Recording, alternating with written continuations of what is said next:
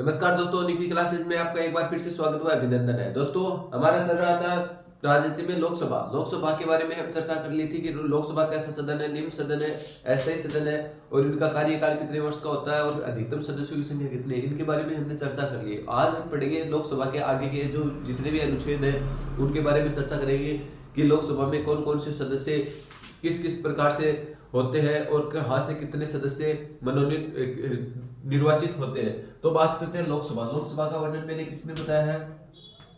अनुच्छेद की बात करें तो अनुच्छेद 81 में मैंने क्या बताया है कि लोकसभा के बारे में बताया। अब बात करते हैं अनुच्छेद 330 अनुच्छेद 330 में दोस्तों क्या बताया गया है, अनुसूचित जाति एवं अनुसूचित जनजाति के लिए सीटों का क्या किया गया है, आरक्षण किया गया है। अनुच्छेद 330 में लिखो दोस्तों, अनुसूचित जाति तथा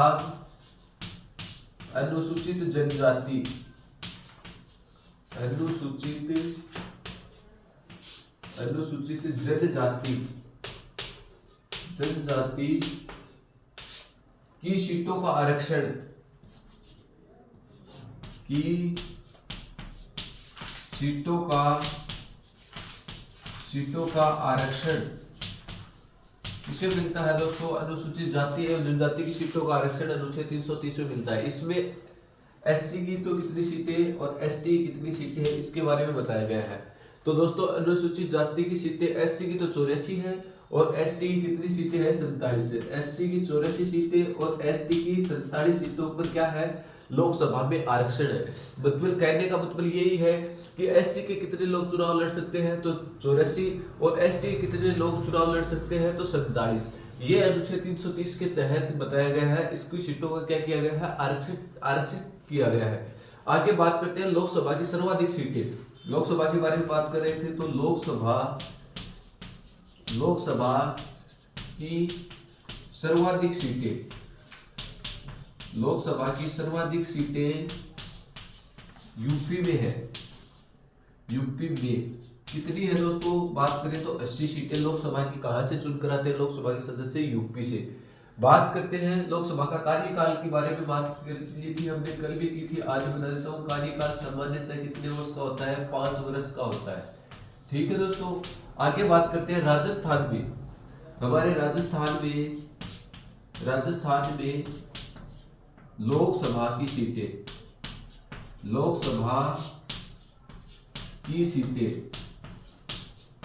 कितनी है दोस्तों, 25 है। और राजस्थान के समान, मैंने कल आपको ये क्वेश्चन दिया था कि राजस्थान के समान लोकसभा की सीटें कौन से राज्य के हैं, तो लिख देना आंध्र प्रदेश।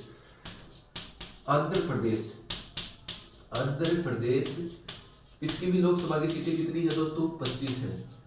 अब एक क्वेश्चन आ जाता है, राज्यसभा में मैंने कराया था, राजस्थान में राज्यसभा की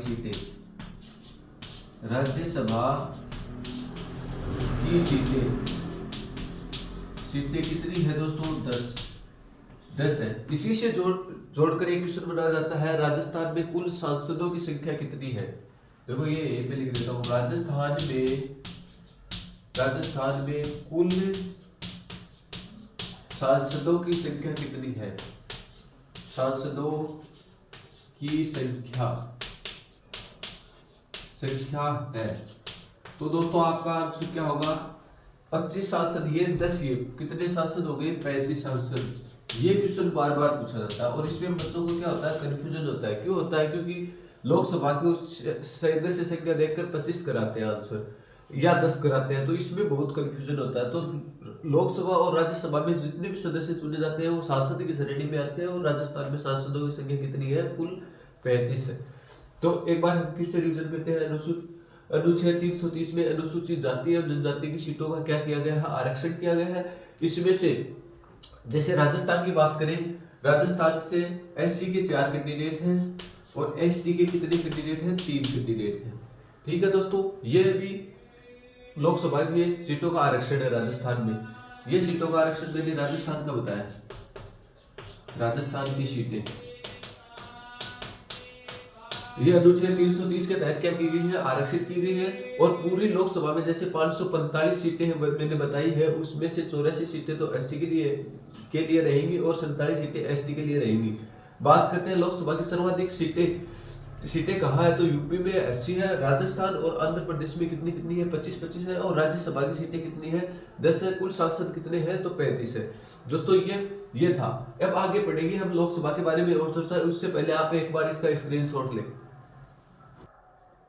दोस्तों आगे बात करते हैं अनुच्छेद 84। अनुच्छेद 84 में क्या बताया गया है कि लोकसभा के सदस्य बनने के लिए योग्यताएं क्या क्या होनी चाहिए, इसके बारे में बताया गया है। किसमें, अनुच्छेद 84 में।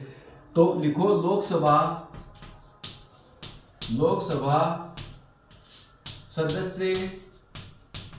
सदस्य बनने के लिए योग्यता,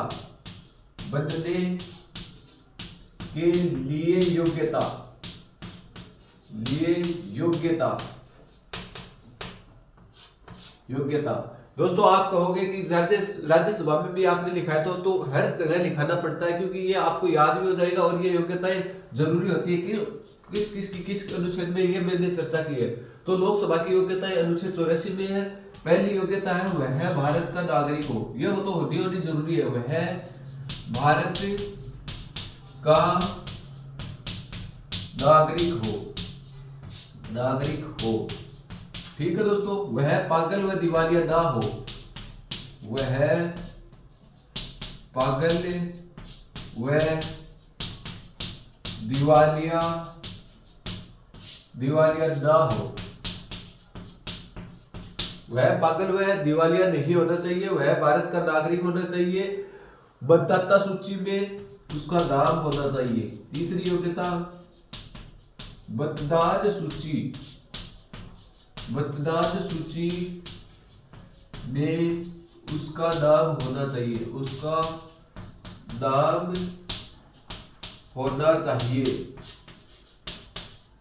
मतलब क्या है दोस्तों, मतदान सूची में क्या होना चाहिए, उसका नाम होना चाहिए। और चौथी योग्यता लिखो, उसकी आयु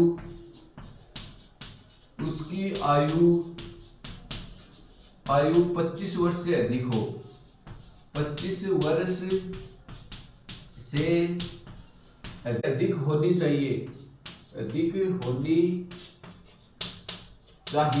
दोस्तों क्या है, लोकसभा सदस्य बनने के लिए उसकी आयु क्या होनी चाहिए, 25 वर्ष से अधिक होनी चाहिए। पांचवी विशेषता लिखो, वह किसी लाभ के पद पर ना हो, वह किसी लाभ के पद पर ना हो। दोस्तों ये बताई गई है पांच विशेषता की लोकसभा सदस्य बनने के लिए। ये पांच विशेषताएं लोकसभा सदस्य बनने के लिए आवश्यक होनी चाहिए। एक तो क्या हो, वह भारत का नागरिक हो और उसकी आयु क्या हो, 25 वर्ष से अधिक हो। मतदाता सूची में क्या होना चाहिए, उसका नाम होना चाहिए, वह पागल व दिवालिया नहीं होना चाहिए और वह किसी भी लाभ के पद पर नहीं होना चाहिए। ये है लोकसभा की 5 शर्तें। सामान्यतः कार्यकाल मैंने बता ही दिया है कि लोकसभा का सदस्य का कार्यकाल 5 वर्ष का होता है। इसे यह भी बता दिया कि अस्थायी सदन के नाम से जाना जाता है। अस्थायी सदन, अस्थायी व निम्न सदन के नाम से इसे क्या किया जाता है, लोकसभा को जाना जाता है। ठीक है दोस्तों, आगे बात करेंगे हम अनुच्छेद 85 की। प्रधानमंत्री लोकसभा को भंग करने की सिफारिश कर सकता है। अनुच्छेद 85 में क्या बताया गया है, वैसे तो अनुच्छेद 85 में यह बताया गया था कि राष्ट्रपति सत्र को आहूत, सत्रावसान और विघटन करने की शक्ति राष्ट्रपति को प्राप्त है, परंतु यह बताया गया है कि प्रधानमंत्री लोकसभा, अनुच्छेद 85 में यही बताया गया है कि सत्रावसान करने या लोकसभा को विघटन करने की शक्ति तो राष्ट्रपति के पास है, परंतु इसको प्रस्ताव किस अनुच्छेद के तहत भेजता है, तो अनुच्छेद 85 में यह बताया गया है कि प्रधानमंत्री द्वारा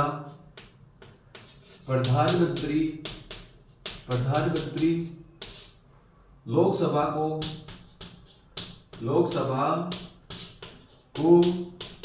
भंग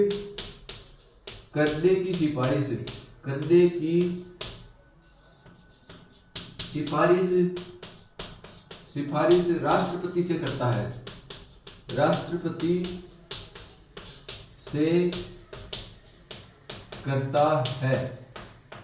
यह अभी तक यह अभी तक 8 बार हुआ है, अभी तक 8 बार हुआ है, 8 बार हुआ है। प्रथम बार 1970 में, प्रथम बार 1970 में, वह अंतिम बार 1990 में हुआ था।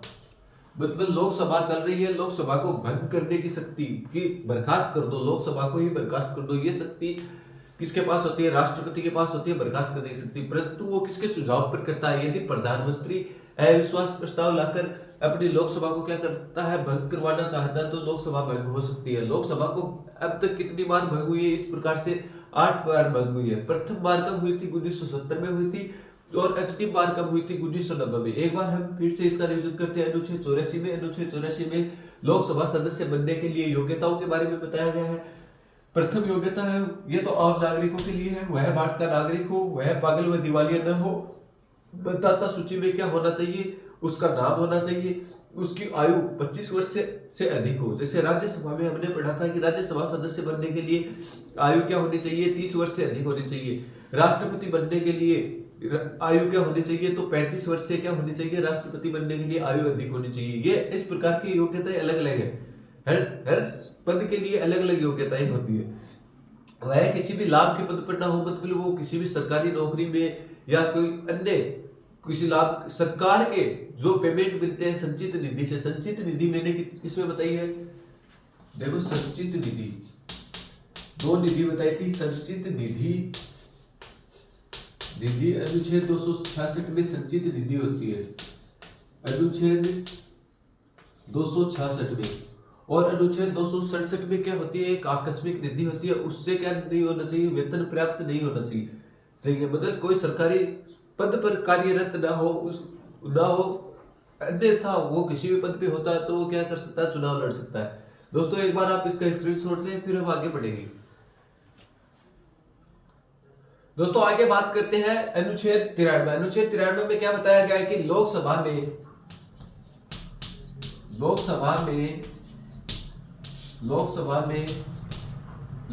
का अध्यक्ष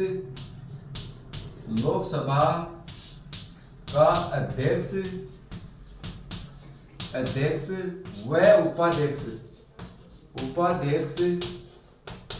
उपाध्यक्ष इसके पदाधिकारी होते हैं, इसके पदाधिकारी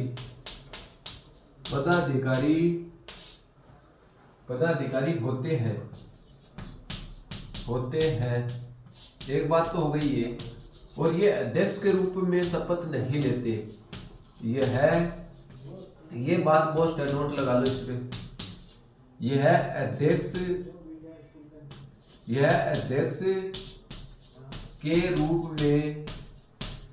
रूप में शपथ नहीं लेते हैं,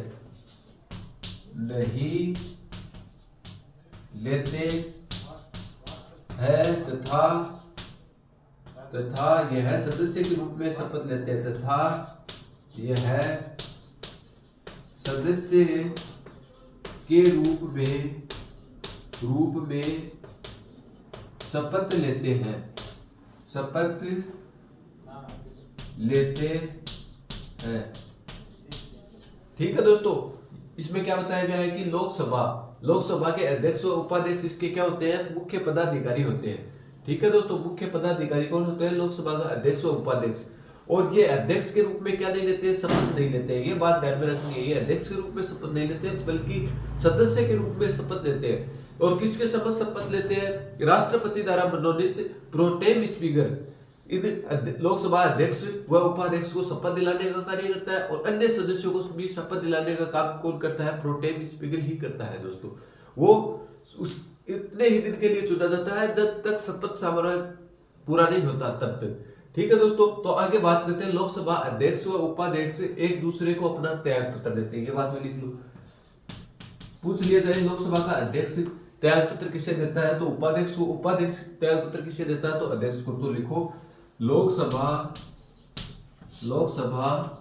के अध्यक्ष व उपाध्यक्ष, लोकसभा के अध्यक्ष व उपाध्यक्ष एक दूसरे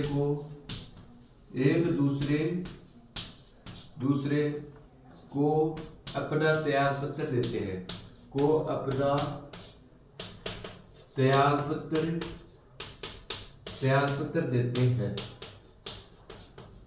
कौन देते हैं? लोकसभा का अध्यक्ष और उपाध्यक्ष एक दूसरे को क्या देते हैं? अपना त्याग पत्र देते हैं। आगे बात करते हैं अब अनुच्छेद 99 में। अनुच्छेद 99 में क्या बताया गया है कि लोकसभा अध्यक्ष और उपाध्यक्ष को शपथ कौन दिलाता है? Pro tem speaker. तो लिखो अनुच्छेद 99 लोकसभा के सदस्यों को शपथ, ये लिख लो ना, लोकसभा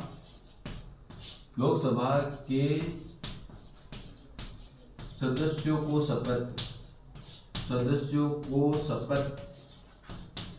शपथ कौन दिलाएगा? आगे लिख लो प्रोटेम स्पीकर।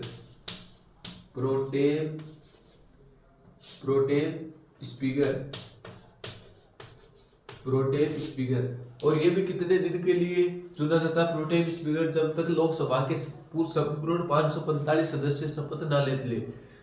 शपथ दिलाने के बाद में प्रोटेम स्पीकर का पद समाप्त हो जाता है, उसके स्थान पे लोकसभा अध्यक्ष का पद आ जाता है। और जो भी कार्य करता है फिर अध्यक्षता करने का कार्य भी कौन करता है? लोकसभा अध्यक्ष ही करता है। दोस्तों लोकसभा का प्रथम अध्यक्ष पूछ लिया जाए आपसे क्वेश्चन, ये बहुत बार क्वेश्चन आया हुआ है, ये भी लिख देता हूं। लोकसभा का प्रथम अध्यक्ष जी.वी. मावलंकर। ये क्या थे? लोकसभा के प्रथम अध्यक्ष थे जी.वी. मावलंकर। दोस्तों एक क्वेश्चन आया हुआ है कि लोकसभा की प्रथम महिला अध्यक्ष, ये भी ऊपर लिख लो, लोकसभा की प्रथम महिला अध्यक्ष कौन बनी दोस्तों? अध्यक्ष मीरा कुमार।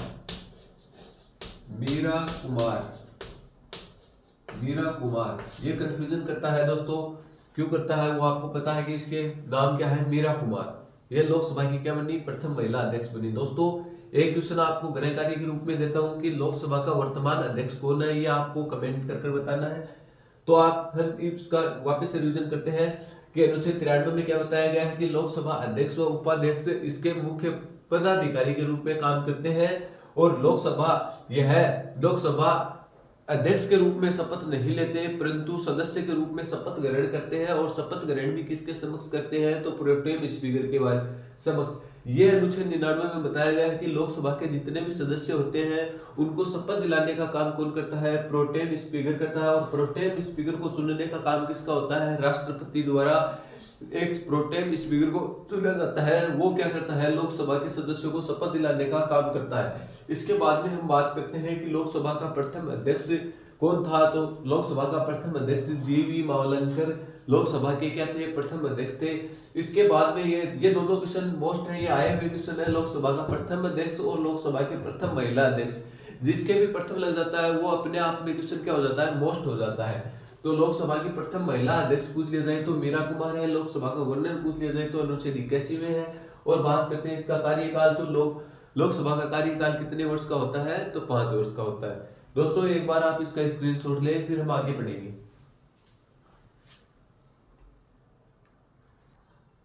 दोस्तों लोकसभा में एक होता है अविश्वास प्रस्ताव, किस परिस्थितियों में लाया जाता है ये आपको मैं लिखाऊंगा अभी।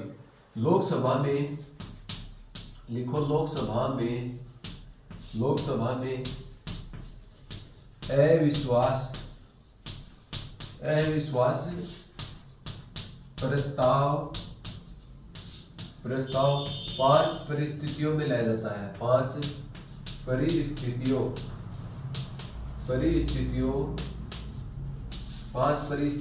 में लाया जाता है। ये वो 5 परिस्थितियां कौन कौन सी है जिसके कारण लोकसभा में क्या आता है? अविश्वास प्रस्ताव आता है। तो राष्ट्रपति उद्घाटन भाषण में पहली परिस्थिति है राष्ट्रपति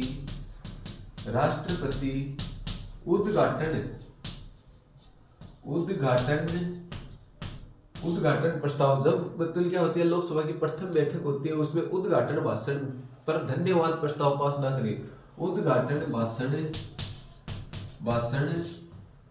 राष्ट्रपति उद्घाटन भाषण पर धन्यवाद प्रस्ताव पास ना करे। दोस्तों प्रथम बैठक होती है, उसमें राष्ट्रपति प्रथम भाषण होता है प्रथम बैठक में, उसमें राष्ट्रपति द्वारा क्या किया जाता है, अंत में ये कहा जाता है कि इस पर धन्यवाद प्रस्ताव पास किया जाता है। यदि वो पास नहीं होता है तो क्या होता है, लोकसभा में अविश्वास प्रस्ताव जारी होता है। दोस्तों दूसरा क्या है, धन विधेयक की अस्वीकृति पर भी क्या होता है, अविश्वास पास होता है। तो लिखो धन विधेयक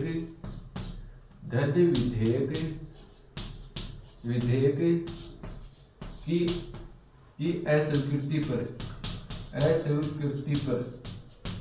धन विधेयक की अस्वीकृति पर ये क्या होता है, प्रस्ताव पास होता है। धन विधेयक के लिए क्या कर दिया जाए, अस्वीकृत कर दिया गया हो, अस्वीकृत कर दिया गया हो। ये दोस्तों दूसरी शर्त है अविश्वास प्रस्ताव लाने के लिए। दूसरी शर्त क्या है कि धन विधेयक को क्या कर दिया गया हो, अस्वीकृत कर दिया गया हो। और तीसरी शर्त है निंदा या स्थगन प्रस्ताव पास करके। तीसरी शर्त है निंदा या स्थगन की, लोकसभा को स्थगन प्रस्ताव पास करके क्या किया जाता है, अविश्वास प्रस्ताव लाया जाता है। दोस्तों चौथी शर्त है कटौती प्रस्ताव पास कर। चौथी है कटौती प्रस्ताव पास करके क्या लिया जाता है, अविश्वास प्रस्ताव लाया जाता है। पांचवी शर्त है आवश्यक मुद्दों पर सरकार को हटाने पर।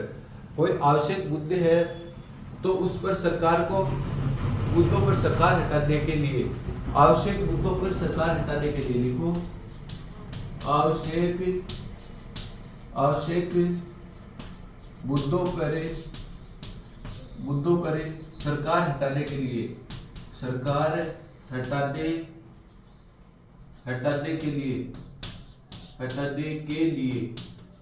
कौन सा प्रस्ताव पास किया जाता है, अविश्वास प्रस्ताव पास किया जाता है। दोस्तों ये 5 शर्त थी अविश्वास प्रस्ताव पास करने के लिए। कौन सा, राष्ट्रपति उद्घाटन भाषण में धन्यवाद प्रस्ताव पास न करें तो क्या होता है, अविश्वास प्रस्ताव लाया जा सकता है। किसी धन विधेयक की अस्वीकृत कर दिया जाए तो अविश्वास प्रस्ताव लाया जा सकता है। निंदा या स्थगन करने के लिए कौन सा प्रस्ताव लाया जाता है, अविश्वास प्रस्ताव लाया जाता है। कटौती प्रस्ताव पेश कर कटौती प्रस्ताव पास किया जाता है किसी वेतन भत्तों की कटौती के लिए, तो भी क्या किया जाता है, अविश्वास प्रस्ताव लाया जा सकता है। और बात करते हैं आवश्यक मुद्दों जिसमें सरकार को क्या करना है, हटाना है। किसी सार्वजनिक मुद्दों को के ऊपर सरकार को हटाना है तो भी क्या किया जा सकता है, अविश्वास प्रस्ताव लाया जा सकता है। तो दोस्तों उम्मीद करता हूं कि जो मैं पॉलिटिकल में आपको पढ़ा रहा हूं वो अच्छे से समझ में आ रहा होगा। यदि समझ में ना आ रहा है तो आप कमेंट करके हमें आपके जो कंफ्यूजन है वो पूछ सकते हो। आज के लिए इतना ही, धन्यवाद। यदि पसंद आ रहा हो तो चैनल को सब्सक्राइब व लाइक जरूर कीजिए।